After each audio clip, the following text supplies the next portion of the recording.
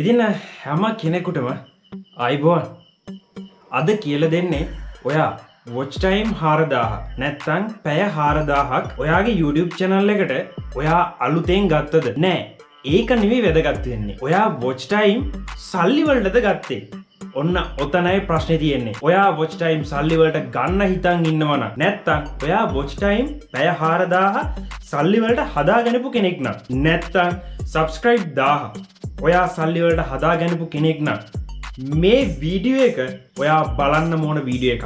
මොකද ඔයාට තව සුළු කාලයක් ගියාට පස්සේ subscribe 1000 තිබ්බයි කියමුකෝ. හැබැයි watch time පැය 4000 මොකක්ද වෙන්නේ ප්‍රශ්නාර්ථයක්. අද කතා කරන්නේ ගැන.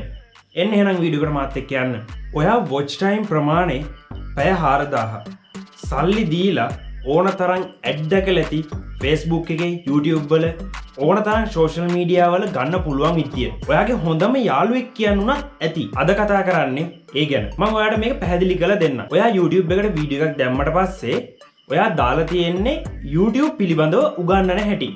YouTube tutorial එකක්. ඒ YouTube tutorial එක තමයි ඔයා YouTube එකට Gmail එකක් හදන හැටි.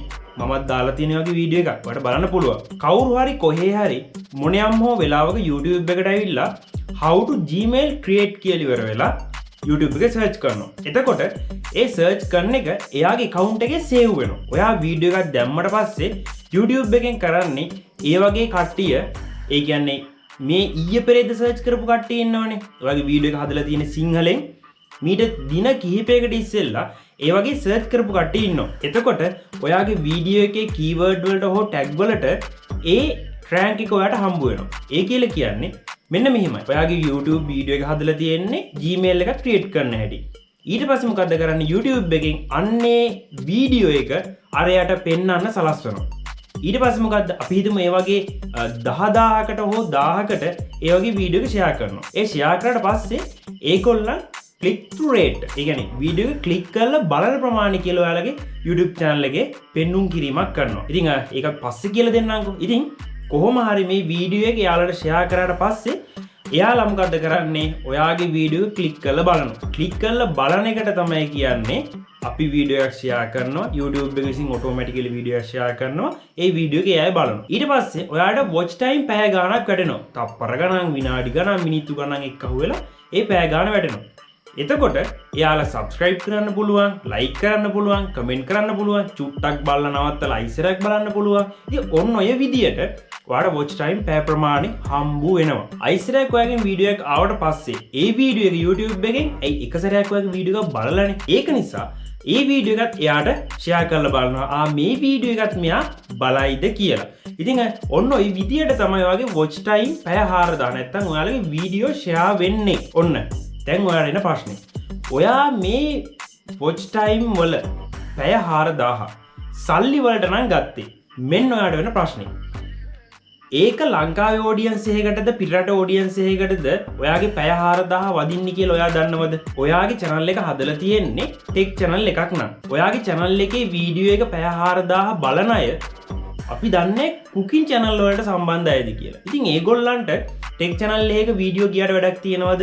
නැහැ. ඔයාගේ වීඩියෝ එකක් දෙවෙනි වතාව ඒගොල්ලන්ට share වුණායි කියලා ඒගොල්ලන් බලනවද? නැහැ.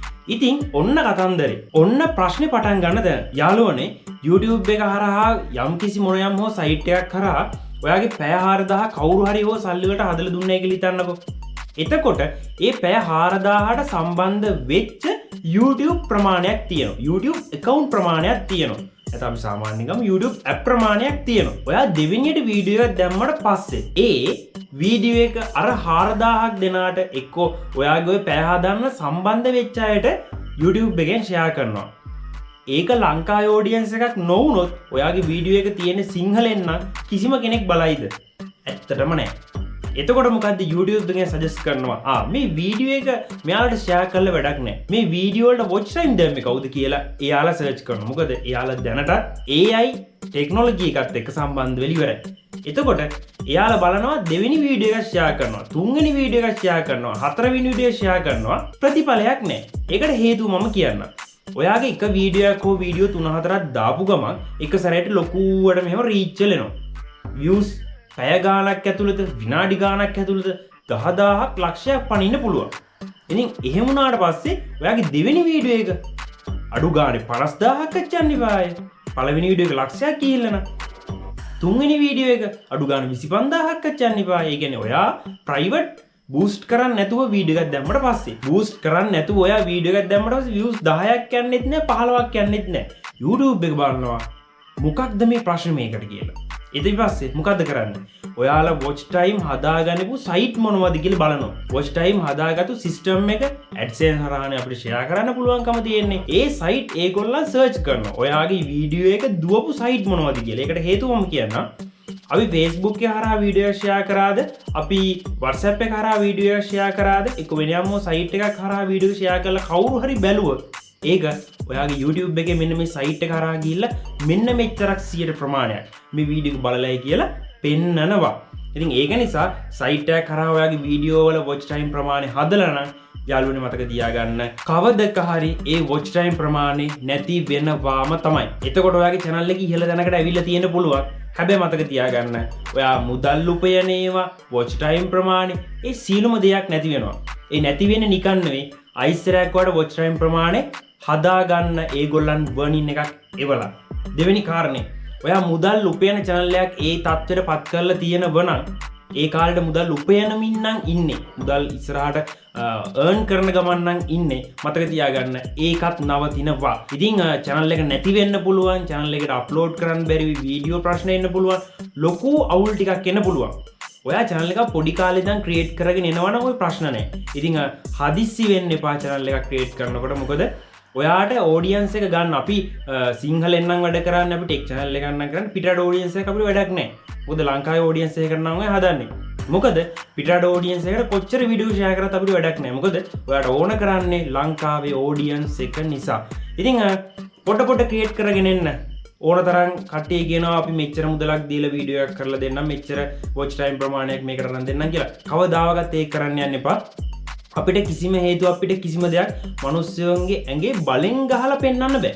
එයාලා කැමැත්ත පරිදි එයාලා වීඩියෝ එකක් ක්ලික් කරලා බලාවේ. අන්න ඒක ඔයාට වටිනවා. අපි බලෙන් 1000කට පෙන්වනවට වැඩිය එක්කෙනෙක් ඔයාගේ වීඩියෝ එක කැමැත්තෙන් බලනවද? අන්න ඒ කෙනා ඔයාට වටිනවා. ඒ subscribe කරන කෙනා, like එක දාන කෙනා, comment එක දාන කෙනා වටිනවා. ඒක කියන්නේ මම නෙවෙයි YouTube එක.